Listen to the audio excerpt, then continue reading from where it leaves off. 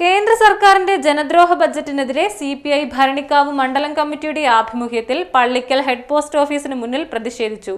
ധർണ CPI Bharanikkavu മണ്ഡലം secretary advocate N Sreekumar ഉദ്ഘാടനം ചെയ്തു. കേന്ദ്ര സർക്കാരിന്റെ ജനദ്രോഹ ബജറ്റിനെതിരെ സിപിഐ ഭരണിക്കാവ് മണ്ഡലം കമ്മിറ്റിയുടെ ആഭിമുഖ്യത്തിൽ കേന്ദ്ര സർക്കാർ സ്ഥാപനമായ പള്ളിക്കൽ ഹെഡ് പോസ്റ്റ് ഓഫീസിന് മുന്നിൽ ധർണ നടത്തി. സിപിഐ ഭരണിക്കാവ് മണ്ഡലം സെക്രട്ടറി അഡ്വക്കേറ്റ് എൻ ശ്രീകുമാർ ഉദ്ഘാടനം നിർവഹിച്ചു. സാധാരണഗതിയിൽ അതൊക്കെ കാനേശുമാനി കണക്കിലൂടെയാണ് പുറത്തു വരുന്നത്. ഈ ബജറ്റ് പ്രസംഗത്തെ വളരെ ശാസ്ത്രീയമായി നോക്കിക്കാണാൻ വേണ്ടി ശ്രമിച്ച ആളുകൾ നമ്മുടെ രാജ്യത്തെ കാനേശുമാനി കണക്കെടുപ്പ് അവസാനിപ്പിച്ചു. കോവിഡിന്റെ മറവിൽ 2021 നടക്കേണ്ടിയിരുന്ന കാനേശുമാനി കണക്ക് ആ കണക്കുകൾ അട്ടിമറിച്ചു എന്ന് മാത്രമല്ല, പുതിയതായി സെൻസസ് എടുക്കാൻ വേണ്ടിയുള്ള ഒരു തീരുമാനം ഈ ബജറ്റ് പ്രസംഗത്തിലെങ്കിലും ഉണ്ടാകുമെന്നാണ് പ്രതീക്ഷിച്ചത്.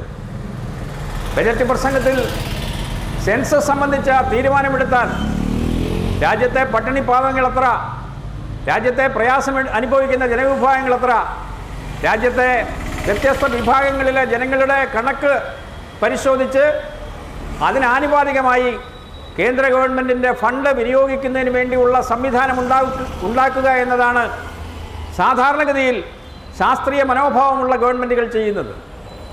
വലിയ പ്രസക്തിയുണ്ട് ഇന്ത്യയെ പോലെ ഒരു വലിയ രാജ്യത്ത്.